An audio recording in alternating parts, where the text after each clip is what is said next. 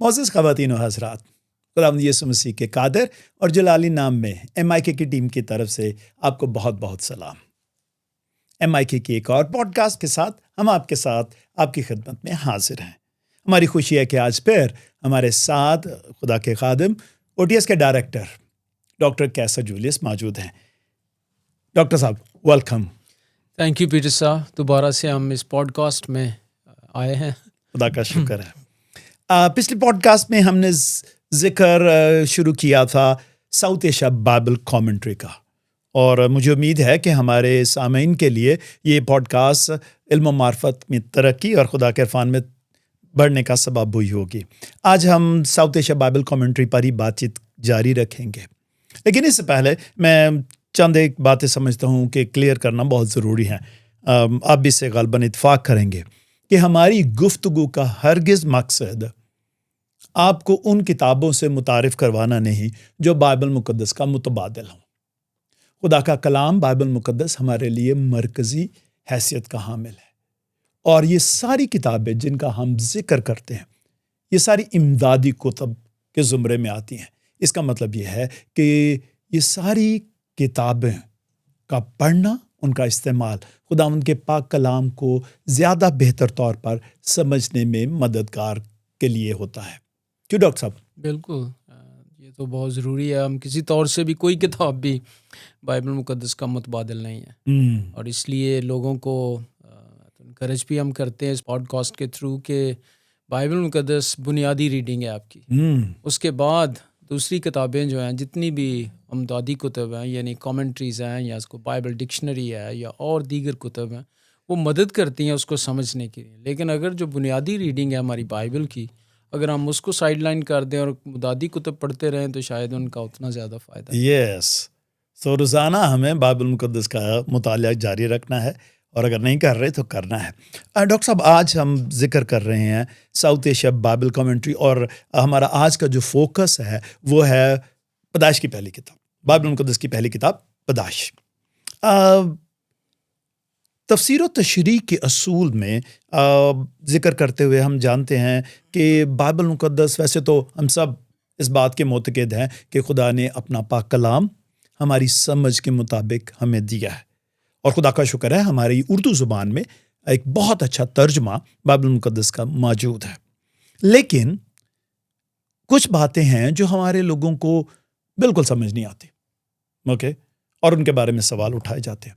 کچھ باتیں ہیں جو کم سمجھ آتی ہیں، اور کچھ باتیں ہیں جو غلط سمجھائی گئی ہیں۔ مثال کے طور پر ہمارے ہاں عام یہ تاثر سمجھایا گیا ہے کہ جو پھل آدم اور حوا نے کھایا وہ سیب تھا۔ اٹس رانگ، ہاں۔ سو اس طرح کی غلط باتیں ہیں۔ سو یہ خاص کر ساؤتھ ایشیا بائبل کامنٹری ہماری بہت مدد کرتی ہے۔ آپ کئی سالوں سے بائبل مقدس کی تفسیر و تشریح کے اصول سکھانے میں ہیں۔ ساؤتھ ایشیا بائبل کامنٹری میں بھی بہت سارے اصول ہوں گے، چند ایک کا ذکر آپ کرنا مناسب سمجھیں گے؟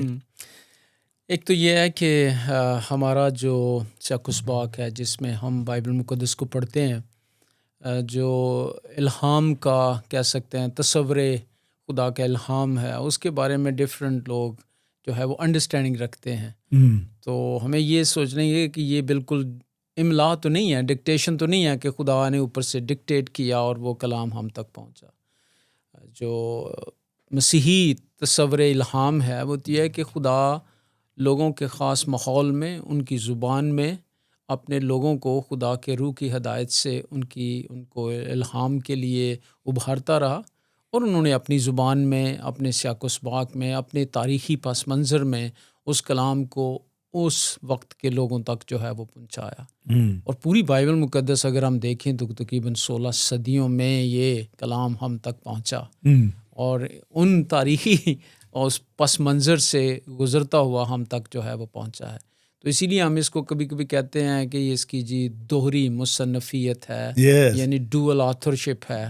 یعنی ایک تو ہمارا سارا یقین ہے کہ یہ اگرچہ 1600 سالوں میں یہ کتاب بائبل مقدس کی ساری کتب ہم تک پہنچی ہیں، کتب لکھی گئی، لیکن ان کی یکتائی جو ہے، ان کے اندر ایک یکسانیت ہے، ایک پیدائش کی کتاب سے لے کر مکاشفہ کی کتاب تک ایک سلسلہ وار، ایک ہمیں اسٹوری لائن نظر آتی ہے تو ہم بندہ سوچنے پر مجبور ہو جاتا ہے کہ اتنی اس کے اندر یکتائی یعنی ایک سٹوری کس شکل میں ہم تک ہے، تو اس سے پھر ہم خدا کے الہام کو اور بہتر طور سے سمجھتے ہیں کہ ہاں 40 مصنفین مختلف تاریخ کے حصوں میں آئے، لیکن اس میں سب سے بڑا جو پیچھے ایک مصنف ہے جس کو ہم خدا کا روح کہتے ہیں از دیئر. یس، اور خوشی کی بات یہ ہے کہ میں حیران بھی ہوتا ہوں کہ اتنے سالوں صدیوں سے پہلے لکھی ہوئی کتاب آج بھی ہمارے دور کی ضرورت کو کس طریقے سے پورا کرتی ہے. کوئی بھی بائبل مقدس پڑھتا ہے اور وہ کہتا ہے یہ بات تو ہو میرے لیے غالباً لکھی گئی ہے، اور یہ خدا کے اعجاز، اس کے معجزے کا ایک حصہ ہے کہ اتنی صدیوں پہلے لکھی ہوئی کتاب مختلف خدا نے اپنے الہام سے مختلف لوگوں سے لکھوایا، تو بھی وہ نہ صرف اس دور کے لیے موزوں اور اہم ہے بلکہ ہمارے دور کے لیے بھی. جی، اس کی یہ ہے کہ اس کی جو اٹرنل ریلیونس ہے، اس کی جو کہہ سکتے ہیں کہ پورا جو ابدیت تک جب تک خدا نہیں آتا، اس کی جو ریلیونس ہے، اس کی مطابقت جو ہے وہ ہر زمانے کے لوگوں تک کے ساتھ جو ہے وہ رہے گی. Yes, let's talk about South Asia Bible Commentary. South Asia Bible commentary کو ساؤتھ ایشیا بائبل کامنٹری اس لیے کہتے ہیں کیونکہ اس کو ساؤتھ ایشیا، مغربی ایشیا کے عالمین نے ہی لکھا ہے. بائبل مقدس کے یہ جید علماء ہیں جنہوں نے بائبل مقدس کی تعلیم حاصل کی، کئی کتابیں تحریر کر چکے ہیں، خدا کے کلام کا گہرا مطالعہ کیا ہے، سمجھ رکھتے ہیں اور اپنی فیلڈ میں یہ ماہر ہیں، اور اسی لیے یہ ساؤتھ ایشیا بائبل کامنٹری کہلاتی ہے. لیٹس ٹاک اباؤٹ پیدائش کی کتاب. پیدائش کی کتاب آپ کے خیال میں ہمارے لیے کس طریقے سے ریلیونس رکھتی ہے؟ دیکھیں، پیدائش کی کتاب میں سب سے بڑا مسئلہ تو کریشن کا ہے. Yes. کہ جی یہ تخلیق، یہ دنیا کیسے بنی، کیونکہ اس میں بہت سارا آج کل جو نئی ہماری نسل ہے وہ سائنس بھی پڑھتی ہے، اور نئے نئے جو سائنسی علوم ہیں ان کا مطالعہ کرنے کے بعد لوگ جب خدا کے کلام کو پڑھتے ہیں، اور پھر خاص کر جو پہلے 3 ابواب ہیں کہ یہ کیسے دنیا تخلیق ہوئی، کیونکہ جو سائنس کا جو آئیڈیا ہے کہ ایک یہ ایولیوشن کی طرف بھی جاتا ہے، اور ایک دھماکہ بھی ہوا ہے، اور یہ ساری چیزیں بگ بینگ تھیوری، ہاں جی، یہ ساری جو اس کے اندر ہیں. لیکن میں سمجھتا ہوں کہ پیدائش کی کتاب ہمیں ہماری مدد کرتی ہے کہ اگرچہ جو اس کی کریشن کے اوپر ڈفرینٹ سائنس کی جو تھیریز ہیں وہ اپنی جگہ موجود ہیں، لیکن ہمیں یہ دیکھنے کہ پیدائش کی کتاب کے جو پہلے ابواب ہیں، جو مصنف ہے اس کو سٹوری کو لکھنے والا اور خدا کے روح سے اس نے کیا ہے، اس کا جو بنیادی مقصد ہے وہ ہے کہ کریٹر پر، جو خالق ہے، اس پر فوکس کیا جائے اور بتایا جائے کہ ہاں یہ دنیا، یہ کائنات، یہ بنی ہے، لیکن اس کو بنانے والا کوئی ہے. تو اس کی طرف لوگ جو ہیں وہ توجہ کریں. ڈاکٹر صاحب، ایک اور بات میں سوچ رہا تھا آپ ہی کی بات کو بڑھاتے ہوئے کہ جب تخلیق کی بات ہے، ساؤتھ ایشیا بائبل کامنٹری میں مضامین ہے، جی صرف تفسیر ہی نہیں. مثال کے طور پر جس کا ذکر آپ کر رہے ہیں، سائنس اور تخلیق، اوکے، صفحہ نمبر 30 پر ایک مضمون ہے بائبل اور سائنس. جی یہ اس موضوع کے کس قدر قریب ہے اور کس قدر اہم ہے، کیونکہ جیسے آپ ذکر کر رہے ہیں کہ ہمارے ہاں اب رجحان بڑھتا چلا جا رہا ہے کہ سائنس جو تخلیق کی نفی کرتی ہے، وہ کہتی ہیں ساری چیزیں خود بخود وجود میں آئیں اور یہ ارتقاء کا معاملہ اسی طرح چلتا ہے. بائبل مقدس اس کے برعکس ہے، ایک خالق ہے جو باقاعدہ ترتیب کے ساتھ پوری کائنات کو تخلیق کرتا ہے. ان کا بظاہر تضاد نظر آتا ہے. یہ جو مضمون ہے، اس طرح کے اور بھی کئی مضمون ہیں جو انہی ٹاپکس کا احاطہ کرتے ہیں. سو یہ بائبل کی تفسیر ہی نہیں ساؤتھ ایشیا بائبل کامنٹری سے، بلکہ ایسے مضامین ہیں جو بڑے کانٹمپریری ہے نا. بالکل. آپ دیکھیں کہ خاص کر انسان کی تخلیق کے بارے میں بات کریں کہ جو ڈارون تھیری ہے، جو اکثر سائنس میں اسٹوڈنٹس بھی پڑھتے ہیں اور وہ اس کو کوٹ بھی کرتے ہیں جب کبھی سوال کرتے ہیں، تو ان میں کہ اچھا جی انسانی تخلیق میں جو ہے یہ کیسے انسان اس حالت کو پہنچا، تو وہ وہاں سے اسپیشیز سے، جانوروں سے، اور خاص کر اس میں جو بندر کا ہے وہاں سے یہ ڈیولپ ہوتا انسان جو ہے وہ بنا ہے. لیکن اس تھیری کو پروو کرنا سائنس کے لیے بھی کافی مشکل ہے کہ اگر وہ ارتقا جاری ہے تو جتنی نون ہسٹری ہے تو ابھی تک وہ کوئی اور اسپیشیز جو ہیں وہ کیا بن گئیں اور انسان سے کچھ اور بن جانا چاہیے تھا. تو اینی وے جو بائبل مقدس جو ہے وہ ہماری مدد کرتی ہے کہ ہم سائنس کو جو کچھ سائنس بتاتی ہے اس کا جو بڑا مقصد جو بائبل مقدس کے لکھنے اس کا یہ نہیں ہے کہ وہ ایک نٹی گریٹی کو چھوٹی چھوٹی چیز کو اسی طرح ایگزیکٹلی بتائے ہمیں. اس کا بنیادی مقصد یہ ہے کہ ہم اس کریٹر کی طرف جو ہے وہ اپنی توجہ لگائیں کہ کس نے یہ پیدا کی ہے, یہ پروسیس میں بنی ہے یا ایک بینک تھیری ہے. جس طرح جو بھی ہیں کچھ لوگوں کا خیال ہے کہ 7 دن ایسے ہی ہیں ایگزیکٹلی, کچھ لوگ کہتے ہیں یہ ملینز آف ایئرس تک ہے.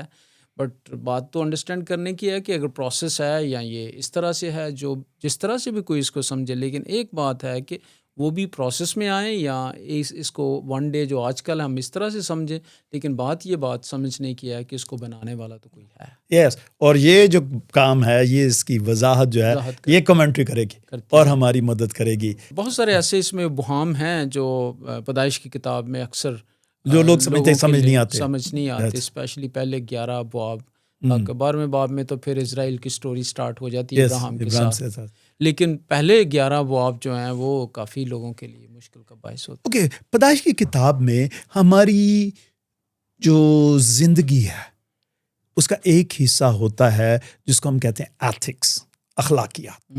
اور پیدائش کی کتاب میں یوں سمجھیں کہ اس اخلاقیات کی بنیادیں نظر آتی ہیں. نہ صرف وہاں زمین و آسمان اور کائنات کی تخلیق ہے, انسان کی تخلیق ہے, اور انسان ہی کی تخلیق سے تعلق ہے ہماری معاشرتی زندگی اور ہماری اخلاقیات. پیدائش کی کتاب ان اخلاقیات سے بھری پڑی ہے. اور یہ commentary, South Asia Bible commentary, ان ایتھکس کے معاملات کو سمجھنے, مثال کے طور پر لیٹ می سے کہ پیدائش کی کتاب میں بانجپن کا ذکر ملتا ہے. اٹس ویری انٹرسٹنگ کہ بائبل مقدس اور خاص کر پیدائش کی کتاب ایسے ٹاپکس کو کس طریقے سے بیان کرتی ہے. اور ہماری اس ساؤتھ ایشیا بائبل کامنٹری نے صرف بائبل مقدس کی تفسیر ہی نہیں دی بلکہ ایسے موضوعات پر بھی بحث کی ہے جو ہمارے آج کے دور سے بہت متعلقہ ہیں. بالکل, آپ دیکھیں کہ ابراہیم کی بیوی سارہ جو ہے وہ بھی بھانج تھی, پھر وہ ہمیں اس سٹوری سے وہاں ہمیں پتہ چلتا ہے. پھر اس کے بعد اس کا پوتا جو ہے وہ یعقوب, اس کی بیوی راخل جو ہے وہ اس سارے پروسیس میں سے جو ہے وہ گزری ہے. ایون کہ ربکا سیکنڈ, یعنی اس کا اپنا ربکا اور اسحاق کی سٹوری جو ہے نا وہ کافی دیر کے بعد عیساؤ اور یعقوب جو ہے پیدا ہوئے. تو اگر ہم دیکھیں اسی فیملی میں یہ جو تجربہ ہے ابراہیم اور سارہ, پھر اسحاق اور ربکا, اور پھر یعقوب اور راخل, یہ تینوں ہی نسلز میں اگین ایک نسل دوسری تین, یہ پروسیس. اور پھر میں سمجھتا ہوں ساؤتھ ایشیا بائبل کمنٹری نے میں بھی اس کو بہت چیز کہ یہ بہت بڑا امپورٹنٹ ایک سبجیکٹ ہے, ایک مضمون ہے اس کتاب کے اندر, اور ہمارے ساتھ اس کی ریلیونس بھی ہے. آج کل بھی دیکھیں کہ کتنے جوڑے جو ہیں وہ پریشان ہوتے ہیں جب ان کے یہاں اولاد نہیں ہوتی, اور وہ بھانج پن کو سمجھتے ہیں یہ کرس بھی ہے خدا کی طرف سے. اور بہت ساری وہ اپنے لیے سوسائٹی میں ایک طرح کی جینے کے لیے وہ سمجھتے ہیں کہ بڑا مشکل ہے لوگوں کو فیس کرنا, لوگوں کی باتیں سننا. تو میں تو اس کو سمجھتا ہوں ایک تو اس ساؤتھ ایشیا بائبل کامنٹری نے یہ بھی کی مدد کی ہے لوگوں کی اس کو انڈرسٹینڈ کریں, اور پھر فیملی کے یونٹ کو بھی انڈرسٹینڈ کریں کہ ان دا بگننگ اگر ہم دیکھیں وہاں پر خدا, آدم اور حوا, بچے تو بعد کی بات ہے. تو اگر فیملی کمپلیشن کی بات ہے تو یہ دیکھنا ہے کہ خدا, آدم یعنی ہسبینڈ اور وائف, یہ مل کر ایک فیملی یونٹ بنتا ہے. تو ان کیس کسی فیملی کے اندر کسی جوڑے کے پاس یہ بلیسنگ تک نہیں پہنچے, وہ اپنے آپ کو خدا کی طرف سے کرس نہ سمجھے گی, یہ نہ سمجھے کہ فیملی از انکمپلیٹ, ابھی پوری نہیں. فیملی تو کمپلیٹ ہے, لیکن اس کو سمجھنا کہ فیملی کمپلیٹ ہے وہ کس کے ساتھ, خدا, ہسبینڈ اور بیوی کے ساتھ ہو جاتی ہے ہمارے مسیحی ایمان کے مطابق. یس, ویری انٹرسٹنگ کہ جب ہم بائبل مقدس کا مطالعہ کرتے ہیں ہم کئی دفعہ جو تاثر ہے کہ جی ثواب کے لیے پڑھ رہے ہیں, ایک پریکٹس بن گئی ہے. اور جو آپ جس بات کی نشاندہی کر رہے ہیں کہ بائبل مقدس ہماری روزانہ کی ضروریات کے مطابق ہمیں علم بخشتی ہے, دانائی بخشتی ہے, سمجھ بخشتی ہے, اور زندگی گزارنے کے طریقے پہ بخشتی ہے. اوکے اور خاص کر جو مشکل ایشوز ہماری زندگی سے تعلق رکھتے ہیں. اوکے کچھ لوگ ہیں جو بائبل مقدس کا باقاعدہ مطالعہ کرتے ہیں, حصہ بہ حصہ انہوں نے پیدائش سے شروع کرتے ہیں آخر تک جاتے ہیں. کچھ لوگ ہوتے ہیں جو سامنے آیا مطلب یہ ہے کہ خدا کے ساتھ وقت گزارنا ہے, دعا کرنی ہے, بائبل پڑھنی ہے. ساؤتھ ایشیا بائبل کامنٹری دونوں حصوں سے آپ کی مدد کرتی ہے, چاہے آپ رینڈملی پڑھ رہے ہیں یا آپ سسٹمیٹکلی طریقے سے پڑھ رہے ہیں, کیونکہ کہیں بھی آپ کو کوئی مشکل آئے گی وہ آپ کی اس میں مدد کرے گی. اور دیکھیے کہ اگر آپ بائبل کوئی اسٹڈی بائبل بھی لیتے ہیں اس کا بھی ایک ڈھانچہ ہے, اس کو سٹرکچر ہے کہ بھئی اس بڑے پورے پیسج کے اندر کون سا جو ہے مرکزی مضمون ہے, اس کی طرف وہ نشاندہی. اور خدا کا شکر ہے کہ جو اسکالرز ہیں انہوں نے مدد بھی کیا, اس کے کچھ ہیڈنگس بھی بنائے ہیں اور تاکہ ہمیں پتہ چلے کہ اس میں مین مرکزی مضمون جو ہے وہ کون سا ہے, تو اس کو ہم جو ہے وہ کوئی سمجھ. اسی طرح سے بائبل جو ایشیا بائبل کامنٹری ہے انہوں نے بھی اس کی جو ہے اس کو کافی جو ہے اس کا ڈھانچہ بنایا ہے, سرخیاں بنائی ہیں. تو جہاں بھی کوئی مضمون آپ کو نہیں سمجھ آتی یا اس کو پڑھنا چاہتے ہیں تو فوراً پتہ چل جاتا ہے کہ ان آیات میں یا اس پیراگراف میں یا اس پورے چیپٹر کے اندر یہ والی مرکزی باتیں ہیں جو ڈسکس کی گئی, یا پھر اس کے بعد ذیلی جو نکات ہیں ان کو بھی ہائی لائٹ کیا گیا. تو کافی اس طرح سے میں سمجھتا ہوں کہ ایک ریڈر کے لیے عام بھی کوئی بہت تھیولوجین یا کوئی بائبل مقدس کا ماہر ہی نہیں, صرف بائبل کمنٹری سے, سادہ لوگوں کے لیے کہ وہ اس کو اس کے سٹرکچر کے اس کے ڈھانچے کو دیکھیں, اس کے جو پیراگرافس ہیں ان کے اوپر جو مضامین ہیں اس کے اوپر جو ہیڈنگس دیے گئے ہیں وہ بہت ہیلپ فل ہیں کہ ہم ایک دم سے اس کی مرکزی بات کو جو ہے وہ سمجھ سکیں. آپ کی بڑی جاندار بات ہے کہ بائبل مقدس کی یہ کامنٹری عام لوگوں کے لیے, کیونکہ ہمارے ہاں جو کانسیپٹ یہ ہے کہ جو پادری صاحبان ہیں, جو کلیسیا کے ایلڈر ہیں یا کسی حوالے سے بائبل مقدس سکھانے کی خدمت سر انجام دیتے ہیں, بائبل کامنٹریز وغیرہ ان کے لیے. اوکے لیکن یہ تاثر سراسر غلط ہے. بالکل ہر ایک شخص کو بائبل مقدس کی سمجھ صحیح حاصل ہونی چاہیے. اوکے اور ٹیوے لگانے سے نہیں آتی, تکے لگانے سے نہیں آتے نا. اوکے یہ بائبل مقدس کی صحیح سمجھ تفسیر پڑھنے سے ہے. اور ہمارے ہاں یہ بڑا رجحان ہے کہ ہم غلط تفسیر کرنے لگ پڑے, سننے لگ پڑے. آپ نے ضرور سننے میں آیا ہوگا جو پادری صاحبان کہتے ہیں کہ یہ بات آپ کو کبھی نہ کسی نے سکھائی ہوگی اور نہ کبھی آپ نے سنی ہوگی, یہ میں ہی آپ کو بتاتا ہوں. بالکل. آپ کے کیسے تاثرات ہوتے ہیں جب ایسے؟ ایک تو یہ ہے کہ وہ شاید اس چیز کو نہیں سمجھ پاتے کہ دیکھیں جب ہم اس کی بات کرتے ہیں کہ خدا کا کلام جو ہے کسی زمانے میں کسی خاص اسپیسیفک لوگوں کو ان کے سماجی سیاسی اور تاریخی ماحول میں دیا گیا, تو وہ اس کے کیا سکتا ہے اصل سامعین ہیں جن کو ہم اوریجنل آڈینس کہتے ہیں, وہ ان کو دیا گیا. اس کے بعد ہم اس کی کہتے ہیں کہ اس کی اٹرنل ریلیونس بھی ہے, ہمارے ساتھ بھی تو ہے, انہی کے لیے نہیں ہے بلکہ ہمارے لیے بھی. یہ بھی ہمارے لیے بھی موضوع ہے. لیکن اچھا طریقہ ہے کہ پہلے ہم یہ سمجھنے کی کوشش کریں کہ وہ کیسے سمجھے, ان کے لیے کیا اس میں پیغام تھا جو اس کے اصل سامعین تھے. اس کے بعد پھر ہم اپنی طرف آئیں کہ اب آج ہمارے لیے اس میں سے جو ہے وہ کیا ہے. اب جو غلطی کرتے ہیں تفسیر میں میری دانش میں وہ یہ ہے کہ وہ ڈائریکٹلی ایک دم سے اپنے اوپر اپلائی کرتے ہیں. اس وجہ سے وہاں پر تفسیر کرتے ہوئے ان کے کافی زیادہ مسائل پیدا ہو جاتے ہیں, کیونکہ وہ یہ نہیں سمجھتے کہ یہ اصل سامعین کے لیے پہلے کیسے تھا, وہ کیسے اس کو سمجھے. اگر وہ سمجھ لیں تو پھر ہمارا کام بڑا آسان ہو جاتا ہے. پھر ہم دیکھیں کہ آج اس کی مطابقت ہمارے ساتھ, ہماری اپنی سوسائٹی کلیسیا کے ساتھ, معاشرے کے ساتھ, ہماری شخصی زندگی, ہماری خاندانی زندگی کے ساتھ کیسی ہے, تو پھر ہم اس کی اچھی مطابقت جو ہے ریلیونس جو ہے بنا سکتے. ایگزیکٹلی. میں سوچ رہا تھا کچھ لوگ سمپل باتیں ہیں جن کو بہت غلط مفہوم دیتے ہیں. مثال کے طور پر پیدائشی کتاب, چونکہ آج ہم ڈسکس کر رہے ہیں, پیدائشی کتاب میں دوسرے باب میں ہی ذکر ہے خدا نے انسان کو اپنی صورت اپنی شبیہ پر بنایا, اور بہت سارے لوگ ہیں اس اہم حصے کو سمجھنے اور بیان کرنے سے قاصر ہیں کہ اس کا مطلب کیا ہے کہ خدا نے انسان کو اپنی صورت اپنی شبیہ پر بنایا. اور اس کی غلط تفسیر بہت سارے لوگوں کے لیے مشکلات کا باعث بنی ہے. ایک بات. دوسری بات, کئی ایسی باتیں ہیں جو معاشرتی پس منظر میں پیش کی گئی ہیں، اور اگر ہم جیسے آپ بتا رہے ہیں اگر ہم ان کو اس تاریخی پس منظر میں نہیں سمجھتے تو بہت مشکلات پیدا ہو جاتی ہیں. مثال کے طور سے آپ دیکھیں نا اس وقت پولیگمی بھی ہے، Yes. زیادہ شادیوں کا رجحان بھی ہے.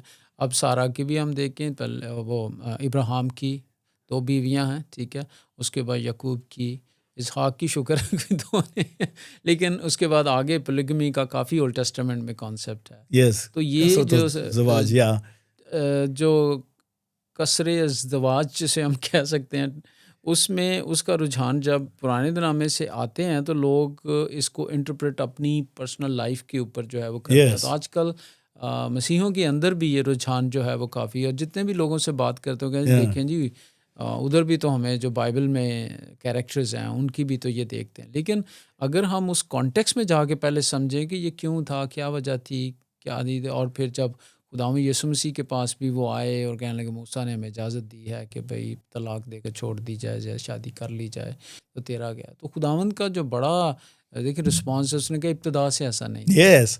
سو دا پوائنٹ از کہ اگر ہم اس کانٹیکس کو نہیں سمجھیں گے تو پھر ہمارے لیے لگے گا کہ وہ کیوں ایسا کرتے تھے.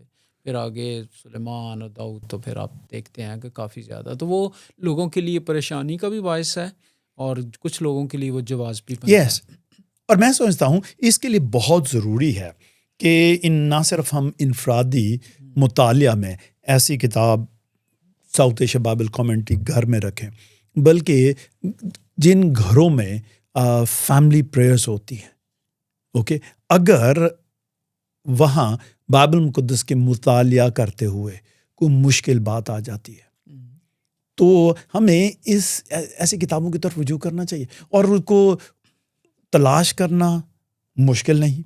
اوکے، مثال پیدائش 3:4 میں کہ اگر کوئی 30 باب کی 4 آیت نہیں سمجھ آ رہی تو ہم ڈائریکٹ اس پہ آ سکتے ہیں، وہاں اس کی سمجھ سکتے ہیں. ابھی جیسے میں نے ذکر کیا تھا کہ اس کا کیا مطلب ہے، مجھے یاد ہے میری بیٹیوں نے چھوٹے ہوئے مجھے پوچھا بٹ اس کا کیا مطلب ہے کہ خدا نے ہمیں صورت اپنی شبیہ پر، کیا خدا بھی ہمارا ہم جیسا ہے؟ اور مجھے ان کو سمجھانا پڑا. اب میں یہاں نہیں بتاؤں گا، میں اپنے، اگر آپ ہمارے ویوز انکریج ہونا چاہتے ہیں اور وہ یہ سیکھنا چاہتے ہیں تو میں کہوں گا کہ آپ اس طرح کی commentary South Asia Bible commentary کو حاصل کریں، اور بڑی دلیلوں کے ساتھ، اچھی دلیلوں کے ساتھ، سائنسی دلیلوں کے ساتھ، تاریخی دلیلوں کے ساتھ، اور الہیاتی نقطہ نظر سے درست دلیلوں کے ساتھ یہ تفسیر لکھی گئی ہے. بالکل. اور دیکھیں اس کے بعد بہت سارے اس کے ریویوز ہیں، یعنی جو اسکالرز ہیں انہوں نے اس کو ریویو کیا، پھر ایڈیٹرز ہیں. تو اس کا ایک پروسیس ہے اس کے سارے لکھنے میں، کیونکہ کئی دفعہ ہوتا ہے کہ ایک شخص کوئی تحریر لکھ دیتا ہے تو اس کو اگر دوسرے لوگ اس کو دیکھتے نہیں ہیں تو وہ بہت ممکن ہے کہ بہت ساری اس میں جو ہے کمزوریاں رہ گئی ہوں. لیکن اس تفسیر کی جو کہہ سکتے ہیں کہ اس کا جو پورا پروسیس ہے، ہمیں تو پتہ ہے اور آپ کو بھی یقیناً اس کی جانتے ہیں کہ یہ کافی مراحل سے گزر کر جو ہے وہ ہمارے تک جو ہے وہ پہنچی ہے. تو اس لیے اس کی جو بھی اس میں جو کچھ لکھا گیا ہے وہ کافی بیلنس تعلیم ہے، جو کہ ہر ایک ڈینومینیشن کے لیے جو نا ایکسیپٹیبل ہے، کیونکہ یہ بائبل بیسڈ ہے. اس میں کوئی ڈینومینیشنل لینز نہیں استعمال کیا کہ کوئی یہ کہنا کہ کسی ایک کہنے سے ہم اس کو جو ہے پڑھیں یا دیکھیں، بلکہ یہ بہت ہی بائبل بیسڈ ہے اس حوالے سے. اوکے، چلتے آخر میں بعد میں آپ کو بتاؤں گا. پیدائش کی کتاب 50 ابواب، 1 سے لے کر 50 ابواب، آپ کا پسندیدہ حصہ کون سا ہے؟ اب دیکھیں سارے، لیکن میں تو خاص کر جو پہلے 11 ابواب ہیں میں فیسینیٹ کرتا ہوں. بڑی مشکل ہے آپ کو؟ مشکل اس سینس میں ہے، لیکن میں سمجھتا ہوں کہ جو ہماری اس دنیا کے اگر وہ نہ لکھے جاتے، سپوز موسیٰ نہ ان کو ایڈ کرتا پیدائش کی کتاب، تو ہمیں پتہ نہیں تھا کہ خدا نے یہ دنیا کیسے بنی اور یہ معمہ ہی رہنا تھا. تو وہ ایک طرح کا سنopsis ہے کہ ہم کہہ سکتے ہیں کہ جو نون 2000 ایئرس کے آدم سے لے کر ابراہیم تک جو سٹوری ہے اس کے بارے میں ہمیں جو ہے وہ بڑی موٹی موٹی باتیں کہ یہ دنیا میں جو ایول ہے وہ انٹر کیسے ہوا، وہ جو باتیں کرنے والا سانپ ہے وہ ہمیں ادھر دکھائی دیتا ہے لیکن وہ ایول جو انٹری ہے وہ اس کا بتایا گیا. اور پھر اس میں یہ ہے کہ خدا وہ ایول انٹر کہاں سے آیا، کیسے ہوا، وہ تو ایک علیحدہ بحث ہے. لیکن بات یہ ہے کہ God is going to fix that evil. تو وہاں سے ہی ہمیں یسوع مسیح کے بارے میں جو اشارے ہیں جو ہم 3:15 میں بھی دیکھتے ہیں اور آگے، وہ ہمیں یہ ملتے ہیں کہ خدا اس ایول کو کیسے جو ہے وہ فکس کرے گا، اور پھر at the end at the cross we see that کہ وہ ایول کیسے فکس کیا گیا. واو.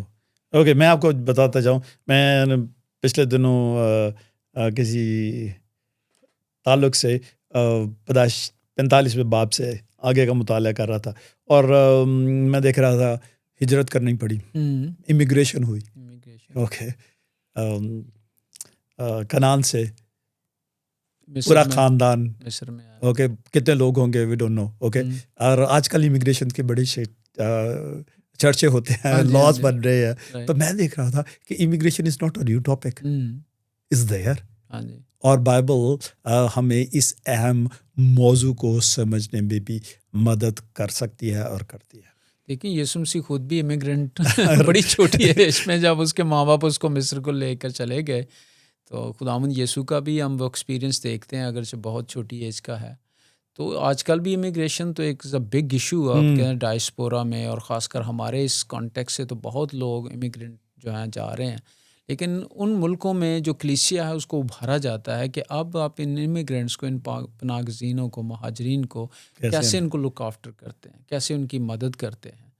تو پاکستانی چرچ کے لیے بھی ایک چیلنج تو ہے کہ ہم خاص کر آج دیکھیں کہ کیوں لوگ اس ملک سے جا رہے ہیں. ایک تو ہمارا یہ قومی مسئلہ بھی ہے، ایک ہمارا یہ مسیحی مسئلہ بھی ہے کہ بہت سارے مسیحی لوگ جو ہیں اس ملک سے بھی جا رہے ہیں. اور میں دیکھوں تو چرچ جو ہے وہ ایک طرح سے چرچ کو نقصان ان دیٹ سینس کہ ویک ہوتا ہے چرچ اس طرح سے. لیکن جو لوگ ڈائسپورا میں جا رہے ہیں وہاں ان کے لیے دوسری طرف موقع بھی ہے کہ وہ اپنی گواہی جو دے سکیں. تو اس کے ملٹیپل جو ہیں وہ افیکٹس ہیں، لیکن یہ ایک بہت بڑا کہہ سکتے ہیں کرنٹ ٹاپک ہے جس کو ہمیں سمجھنا چاہیے. اور اس کامنٹری کے اندر ایک مضمون جو ہے وہ دیا گیا ہے پناہ گزینوں کے تعلق سے. تو میں سمجھتا ہوں کہ یہ جو ریلیونٹ ہمارے ایشوز ہیں ان کی طرف بھی یہ جو کامنٹری ہے وہ اشارہ کرتی ہے. ڈاکٹر صاحب تھینک یو سو مچ، آپ نے اپنا قیمتی وقت دیا. ویورز، آج ہمارا پوڈ کاسٹ بائبل مقدس کی پہلی کتاب پیدائش کے متعلق آپ کو تھوڑا سا اس کے بارے میں بتانا تھا، اور آپ کو انکریج کرنا تھا کہ جب آپ خدا کا کلام پڑھیں تو اس کو پوری صحت کے ساتھ سمجھنے کی کوشش کریں. اور اس کے لیے بہت ضروری ہے کہ آپ کے پاس ایسی کتابیں ہوں جو مستند ہوں اور آپ کی درست رہنمائی کر سکیں. ساؤتھ ایشیا بائبل کامنٹری ایک ایسی ہی تفسیروں میں سے ایک ہے.